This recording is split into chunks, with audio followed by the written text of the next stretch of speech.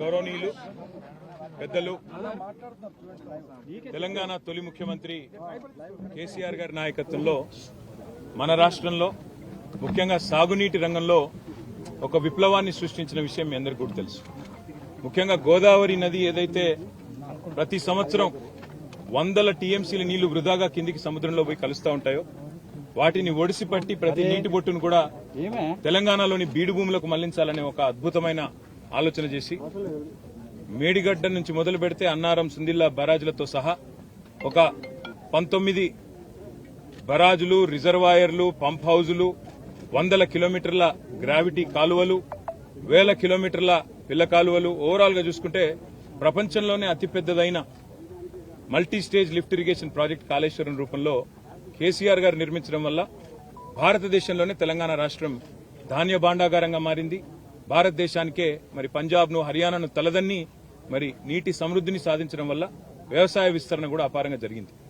దురదృష్టం మరి మేడిగడ్డలో జరిగిన ఒక చిన్న సంఘటనను పట్టుకుని దానిని భూతద్దంలో చూపెట్టి మొత్తం కాళేశ్వరం ప్రాజెక్టే ఒక విఫల ప్రయత్నంగా చేసే క్రమంలో భాగంగా రేవంత్ రెడ్డి గారి ప్రభుత్వం గత 8 నెలలుగా లక్షలాది మంది రైతుల జీవితాలతో చెలగాటమాడుతా ఉన్నది. సరిగ్గా ఇదే రోజు పోయిన సంవత్సరం ఎక్కడైతే ఈ రోజు మేము నిల్చొని ఉన్నామో లోవర్ మానేర్ డ్యామ్ లో 12 పైచిల్కు టీఎంసీలు ఆనాడు, అంటే సగానికి పైగా కెపాసిటీ ఆనాడు లోవర్ మానేర్ డ్యామ్ లో ఉండేది. సరిగ్గా ఇంకో 5 రోజుల తర్వాత పంపింగ్ అనేది టైం చేయడం వల్ల ఎల్ఎండి 24 టీఎంసీలు కూడా ఆనాడు మేము నింపి రైతుల గుండెల్లో ఒక భరోసా నింపగలిగినాం. కానీ ఈ సంవత్సరం ఇప్పుడే అధికారులతో మాట్లాడుతూ ఉంటే అధికారులు స్పష్టంగా చెప్తా ఉన్నారు, ఇప్పటికి 45% తక్కువ వర్షపాతం నమోదైంది ఈ సంవత్సరం. భవిష్యత్తులో సెప్టెంబర్ మాసం దాకా వర్షాలు కురిసే అవకాశం ఉన్నా దానికి గ్యారంటీ లేదు. కాబట్టి పంపింగ్ అనేది ఇంకా మేము నిర్ణయం తీసుకోలేదు అని అధికారులు చెప్తా ఉన్నారు. ఇవాళ అక్కడ లక్షల క్యూసెక్కుల నీళ్లు కిందికి పోతా ఉన్నాయి ప్రతిరోజు కిందికి గోదావరి నదిలో.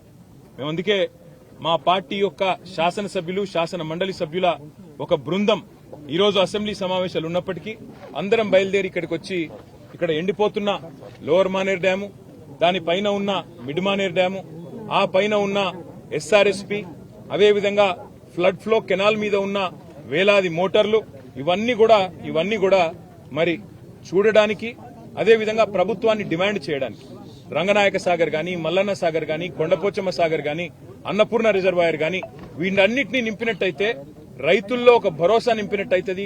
సాగునీటి విషయంలో ఒక పూర్తి స్థాయి స్పష్టత రైతులకు వస్తుందనే ఉద్దేశంతో మేము ఈ కాళేశ్వరం సిస్టంలోని రిజర్వాయర్లు, అదేవిధంగా పంప్ హౌజులు వాటి సందర్శనకు బయలుదేరి రాష్ట్ర ప్రభుత్వ దృష్టికి ముఖ్యంగా తీసుకుని ఒక్క విషయం రాదలిచినాం.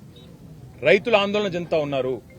మీరు రాజకీయపరమైన కక్ష పెట్టుకుని ఇవాళ పంపింగ్ స్టార్ట్ చేయకుండా కాళేశ్వరం స్కీమ్ లో నీళ్లు ఇవ్వకుండా మళ్లీ రేపు ఒకవేళ ఈ తక్కువ వర్షపాతం నమోదైందని లేదా వర్షాలు పడలేదని తద్వారా రిజర్వాయర్లు నిండలేదని చెప్పి మీరు సాకులు చెప్పి రైతులకు, రాష్ట్రంలోని మరి ప్రజలందరికీ నష్టం కలిగించే ప్రయత్నం ఏదైతే చేస్తున్నారో ఇది మంచిది కాదు.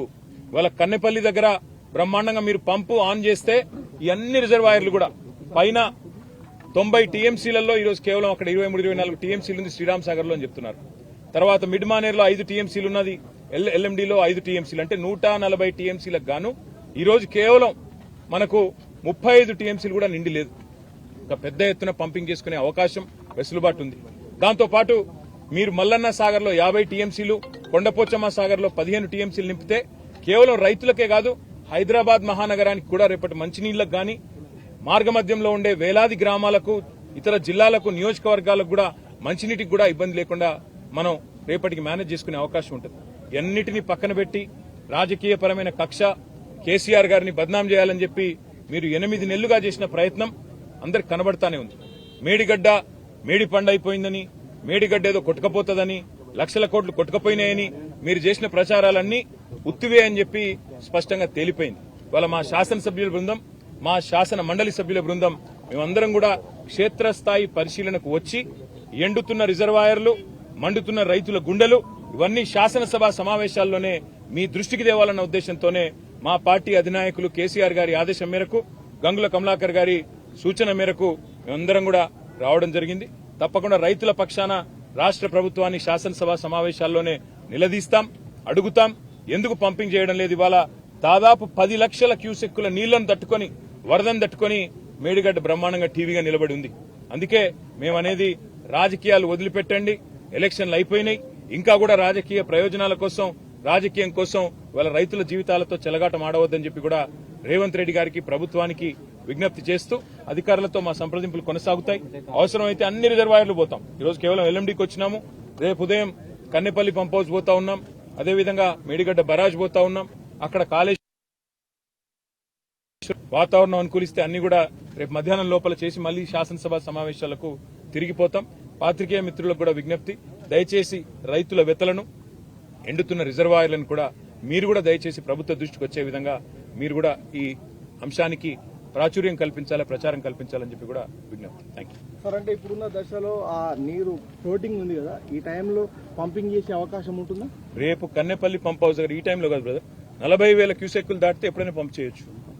ఇప్పుడు అక్కడ 10 లక్షల క్యూసెక్కుల నీళ్లు కిందికి వృధాగా పోతున్నాయి, వందలాది టీఎంసీల నీళ్లు కిందికి పోతున్నాయని చెప్పి ఇంజనీర్లే చెప్తా ఉన్నారు. ప్రభుత్వ ఆదేశాలు రాలేదని చెప్తున్నారు. కాబట్టే మేము ప్రభుత్వాన్ని కోరుతున్నాం, వెంటనే రివ్యూ చేయండి, చేసి రైతుల గుండెల్లో భరోసా నింపండి. ఎప్పుడైనా చిన్న ఇదేం పెద్ద అర్థం కాని ముచ్చట కాదు బ్రదర్. ఎప్పుడన్నా మన ఇంట్లల్లో నీళ్లు వస్తాయి, ప్రతిరోజు గంటనో 2 గంటలో నీళ్లు వస్తాయి, ఇది మున్సిపల్ నీళ్లు. ఏం చేస్తాం మనం? ఇంట్లుండే బిందెలన్నీ నింపుకుంటాం, ఇంట్లుండే కుండలన్నీ నింపుకుంటాం, డ్రమ్ములు నింపుకుంటాం, పెట్టుకుంటాం. ఎందుకు? వచ్చేది గంటనో 2 గంటలో కాబట్టి దెబ్బన నింపుకొని పెట్టుకుంటాం. మేం చెప్పేది కూడా కదే, కింది గుత్తగా పోతున్నాయి నీళ్లు, వాటిని పంపు చేసి మొత్తం ఎస్ఆర్ఎస్పీ నుంచి మనం కట్టిన కాళేశ్వరంలో కట్టుకున్న రిజర్వాయర్లన్నీ నింపుకుంటే 240 పైచిలకు టీఎంసీల నీళ్లను ఆపుకోవచ్చు. 240 టీఎంసీలు అంటే 24 లక్షల ఎకరాలకు నీళ్లు ఇవ్వచ్చు. ఒక టీఎంసీతో 10,000 ఎకరాలకు నీళ్లు ఇవ్వచ్చు. నీళ్లున్నాయి, తప్పకుండా వెంటనే నింపి పెట్టండి అని చెప్తున్నాం. అంతకంటే ఇలా బేసిజాలకు పోవాల్సిన అవసరం లేదు.